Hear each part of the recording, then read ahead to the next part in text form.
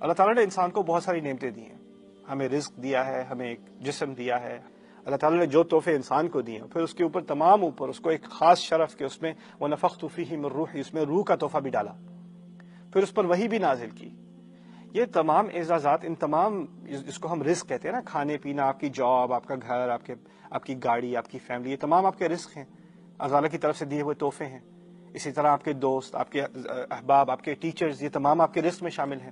لیکن ان تمام میں سے ایک خاص رزق وہ ہے جو کسی سیف میں نہیں ڈالا جاتا، نہ وہ آپ سیو کر سکتے ہیں کسی طرح، نہ آپ گھر میں کہیں چھپا کے رکھ سکتے ہیں، وہ ہے آپ کی عزت کا شرف۔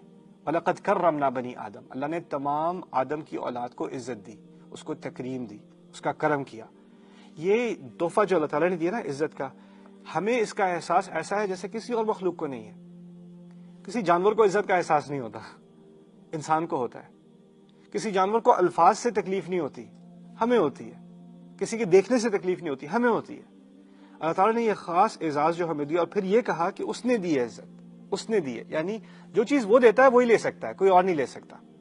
لیکن ہم ایک دوسرے کی عزت لیتے رہتے ہیں، ہم ایک دوسرے کی طرف توہین سے الفاظ بھی استعمال کرتے ہیں، برے طریقے سے ایک دوسرے کو دیکھتے بھی ہیں، ایک دوسرے کے پیچھے سے غیبت بھی کرتے ہیں۔ یہ تمام چیزیں آپ جتنی بھی کر لیں، ایک بات یاد رکھنے کی ہے، جو چیز اللہ نے دی ہے وہ لوگ جتنی بھی کوشش کر لیں وہ نہیں لے سکتے، وہ جو کچھ بھی کہہ لیں نہیں لے سکتے۔ اس کی اعلیٰ ترین مثال میں آپ کے سامنے رکھ دوں۔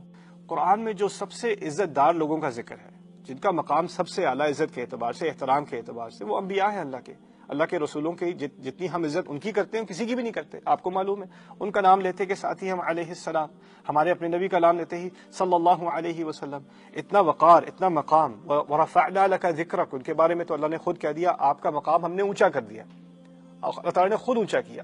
آپ اندازہ کیجئے کتنی عزت کی ہے۔ ان اللہ وملائکتہ یصلون علی النبی یا ایھا الذین آمنوا صلوا علیہ وسلموا تسلیما، اللہ اور اس کے تمام فرشتے نبی پر صلوات بھیجتے ہیں۔ اے ایمان والو تم بھی سلام بھیجو، تم بھی صلوات بھیجو۔ یعنی یہ صرف ہمارے کرنے کی عبادت نہیں، اللہ تعالیٰ کی اپنی سنت ہے، رسول صلی اللہ علیہ وسلم کو اس طرح کا وقار دینا، ان کو یہ عزت دینا۔ تو پھر اگر یہ بات ہے، اور اسی طرح مجھے یاد آتی ہے آیت سورۃ الفتح میں ہے، لِتُعَزِّرُوهُ وَتُوَقِّرُوهُ وَتُسَبِّحُوهُ، رسول صلی اللہ علیہ وسلم کے بارے میں کہا گیا ہے کہ ان کو بھیجا گیا ہے، اِنَّا أَرْسَلْنَاكَ دَاعِيًا إِلَى اللَّهِ وَسِرَاجًا مُنِيرًا، آپ کو داعی بنا کر بھیجا گیا، ایک سورج، ایک روشن سورج بنا کر بھیجا گیا ہے، تاکہ تم سب یعنی تم مسلمان ان پر ایمان لاؤ، پھر لِتُعَزِّرُوهُ، پھر ان کی عزت کرو۔ اور عزّرا کے معنی ہوتے ہیں ایسی عزت کرنا کہ جب کبھی ہوتا ہے کہ استاد داخل ہو تو اسٹوڈنٹ بھاگے بھاگے اس کا بیگ پکڑ لیتے ہیں، یا کوئی بڑا آ رہا ہو، آپ کے ایئرپورٹ پہ آیا ہو، فوراً آپ جا کے سوٹ کیس لے لیتے ہیں، ان کو نہیں اٹھانے دینا، ٹھیک ہے؟ وہ دروازے پہ آتے ہیں گاڑی کے تو آپ کھول دیتے ہیں دروازہ، یعنی عزت میں خدمت کرنا، یہ تعزرو ہے۔ پھر توقرو وقار سے نکلا، اور وقار عربی میں کہتے ہیں بھاری وزن کو، یعنی جب وہ آپ کی موجودگی میں ہو تو آپ کو ایک ایسا محسوس ہو کہ کس عظیم بھاری شخصیت کے سامنے میں بیٹھا ہوں، آپ کے ذہن میں ایک طرح سے ایک انٹیمیڈیشن سی آ جائے، اب ان کو عام طریقے سے ٹریٹ نہ کریں، یہ توقرو ہوا ہے۔ یعنی عزت کے لیے دو الفاظ استعمال کیے، اور پھر کہا وَتُسَبِّحُوهُ بُكْرَةً، اور پھر کہا کہ اور اسی طرح سے تم اپنے رب کی تسبیح کرو، یعنی اللہ تعالیٰ کی تسبیح اس وقت تک نہیں ہوگی جب تک نبی کا احترام نہیں ہوگا۔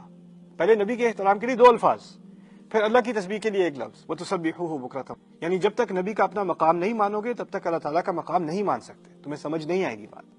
یہ عظیم آیات میں ان کی طرف اشارہ ہے کہ ہمارے انبیاء، ان کی عزت جس طرح اللہ تعالیٰ نے کی ہے، اور ان کی عزت جس طرح ہمارے دلوں میں ہے، اس طرح کی عزت کسی کے دل میں کسی کے لیے نہیں ہو سکتی۔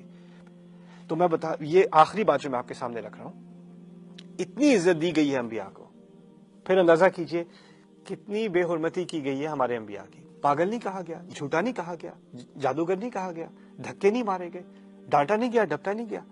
یعنی اللہ تعالیٰ کی طرف سے اتنی عزت، مسلمانوں کی طرف سے اتنی عزت، اور کفار کی طرف سے اتنی بےعزتی، اتنی بے ادبی، یہ کیسے ہو سکتا ہے؟ اسی کو آگے سمجھنے کی ضرورت ہے ان آیات میں اترنے سے پہلے۔ اگر آپ ان کی سیرتوں کا واقعہ پڑھیں یا قرآن میں ہی ان کے واقعات پڑھیں تو آپ دیکھیں گے کس کس موقع پر ان پر الزامات نہیں لگائے گئے، ان کو برے برے الفاظ نہیں کہے گئے۔ آپ یہ سوچیں کہ آپ کسی بھی عزت دار انسان جو برے ماحول میں نہیں ہوتا، جس کو برے الفاظ سننے کی عادت نہیں ہوتی، اگر وہ کسی دن آفس جاتا ہے اور آفس میں کوئی اس کا مینیجر اس کو گالیاں دے دیتا ہے سب کے سامنے، اس کو برا بھلا کہہ دیتا ہے، اس کی فیملی کو برا بھلا کہہ دیتا ہے، اس پر الزامات لگاتا ہے، اس کو کیسی ٹھیس آئے گی؟ وہ بالکل پیرالائز سا ہو جائے گا انسان۔ ایک تو ہوتے ہیں نا لوگ جو ایسے ہی ماحول میں ہوتے ہیں جہاں ساری گالیاں دے رہے ہوتے ہیں ہر وقت، اس کو تو کوئی فرق نہیں پڑنا، اس کے لیے تو بس یہ بلکہ اس کے لیے تو انٹرٹینمنٹ ہے. لیکن کوئی عزت دار انسان ہوتا ہے نا جس کو اس معاملے میں حساس ہو, اس کو تھوڑی سی بھی کوئی سنا دے کبھی تو وہ بالکل اس کا دل بیٹھ کے رہ جائے. ہمارے نبی علیہ الصلوۃ والسلام بچپن سے لے کر جب تک رسالت ہوئی ہے تب تک کسی برے ماحول میں اللہ تعالیٰ نے ان کو جانے نہیں دیا, برے الفاظ سے دور رکھا, برے ماحول سے دور رکھا. اور اب جب نبی بن گئے ہیں تو روزانہ ان کو ایسی ایسی گالیاں سننے کو ملتی ہیں, ایسے ایسے الفاظ, اتنی بے ادبی سے بدتمیزی سے لوگ ان کے ساتھ برتاؤ کرتے ہیں جیسا کبھی انہوں نے ایکسپیرینس کیا ہی نہیں تھا.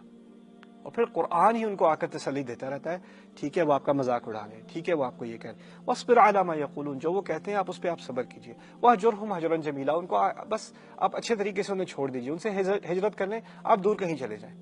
ہمارے ذہن میں عزت کی ڈیفینیشن کیا ہے؟ جب لوگ دیتے ہیں تب عزت ہے, جب لوگ نہیں دیتے تو عزت نہیں ہے.